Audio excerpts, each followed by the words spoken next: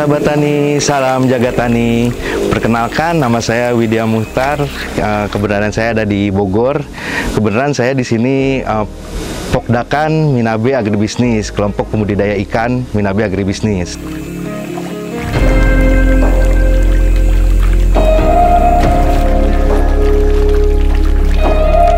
Jadi sejarah Minabe Agribisnis ini kita pertama dulu itu karena banyak pemuda di lingkungan kita itu yang nganggur dan ada juga yang sedang kuliah, sekolah. Jadi kita mengumpulkan semua, terbentuklah Minabe Agribisnis ini untuk budidaya di ikan hias pertama. Nah, dari ikan hias kita pindah ke ikan konsumsi. Kita terbentuk di tahun 2010. Anggotanya 10 karena dulu itu ada sebagian yang udah beres kuliah, sekolah, masih mencari kerja, lagi susah. Nah, kita cobalah di sini budidaya ikan.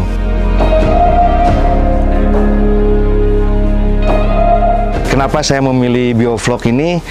Jatuh cinta kepada bioflok ini, pertama bioflok ini dia bisa irit pakan. Kedua itu pergantian airnya sangat jarang, yang ada kita penambahan air. Dan perawatannya pun tidak terlalu rumit.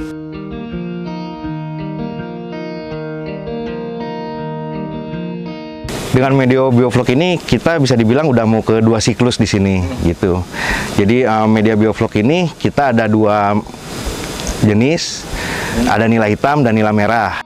Dan kita juga ada pembenihan sistem bioflok sama pembesaran sistem bioflok. Nah, di sistem bioflok yang pembenihan ini kita punya 8 kolam. Kolam kotak itu 2,5 meter kali 4,5 meter. Nah, yang diameter 3 ini untuk pembesarannya kita punya 23 kolam. Keunggulannya itu pertama yang pasti irit pakan, kedua pergantian airnya kurang. Jadi yang ada itu penambahan air. Karena setiap 3 hari sekali itu kita buang kotoran dasar. Untuk merasa kerugian itu biasanya kita dari benih. Makanya kita punya pembenihan sendiri. Jadi benih itu yang nggak jauh dari kolam untuk pembesaran. Karena kalau biasa kita pakai kolam benih dari luar, itu treatment untuk adaptasinya agak lama dan pasti banyak kematian. Jadi sistem bioflok ini, sistem kerjanya kita mengunggulkan si bakteri Bacillus. Jadi bakteri Bacillus ini dia bisa mengubah kotorannya menjadi makanan si ikan yang disebut itu si vlognya gitu. Jadi si vlog ini sangat harus itu pakai blower atau aerasi. Jadi aerasi itu harus mencukupi si kebutuhan si ikan dan si vlog. Si aerasi ini bisa dicek nanti pakai DO meter. Untuk menjadikan si vlog ini biasanya kita pakai probiotik. Kalau probiotik itu banyak di pasaran, jadi tergantung si pembudidayanya mau pakai probiotik apa. Yang penting ada probiotik, molase, sama biasanya kita pakai dolomit. Dolomit ini karena si pH air suka turun kalau pakai sistem bioflok. Jadi kita untuk menaikkan pH air kita pakai dolomit. Ya, jadi untuk pemberian si probiotik dan dolomit dan si molase itu biasanya kita di hari ke-5 awal tebar, hari ke-20, hari ke-50, dan hari ke-80. Tapi selain itu kita selalu ada pengecekan di seminggu sekali. Nah, seminggu sekali itu wajib pengecekan si kadar vlognya.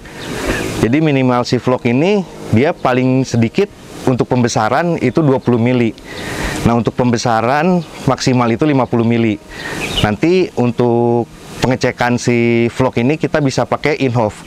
Jadi kalau dari kasat mata sebenarnya bisa kelihatan, cuman kita bisa lebih pasti kita pakai si alat in-house. Nah, di sini kita alat in-house ini kita bikin. Karena kalau beli lumayan alat in-house-nya gitu.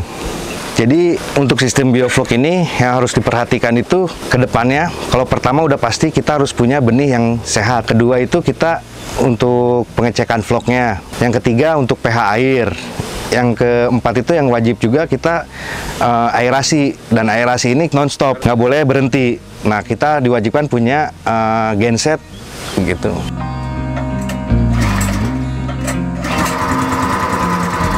Jadi untuk pemula yang ingin memulai bioflok ini, untuk satu kolam itu bisa mengeluarkan budget sekitar 5 juta, itu udah semua. Gitu, udah sama pakan, aerasi. Kita pakai aerasi satu mesin untuk satu kolam dan pakai batu aerasi. Nah, kolamnya kolam diameter 3 gitu. Jadi kenapa ikan nila yang kita pilih? Nila bisa dibilang ikan bandel. Kedua, nila bisa makan segalanya kasarnya. Jadi si vlog ini benar-benar dimakan sama si nila. Jadi kalau kita lihat di konvensional itu, nila itu sering makan lumut. Nah, kalau di sistem biovlog ini yang dimakan vlog. Nah, yang udah pasti itu proteinnya sangat tinggi si vlog ini. Dibanding di konvensional, ya dia kebanyakan makan lumut.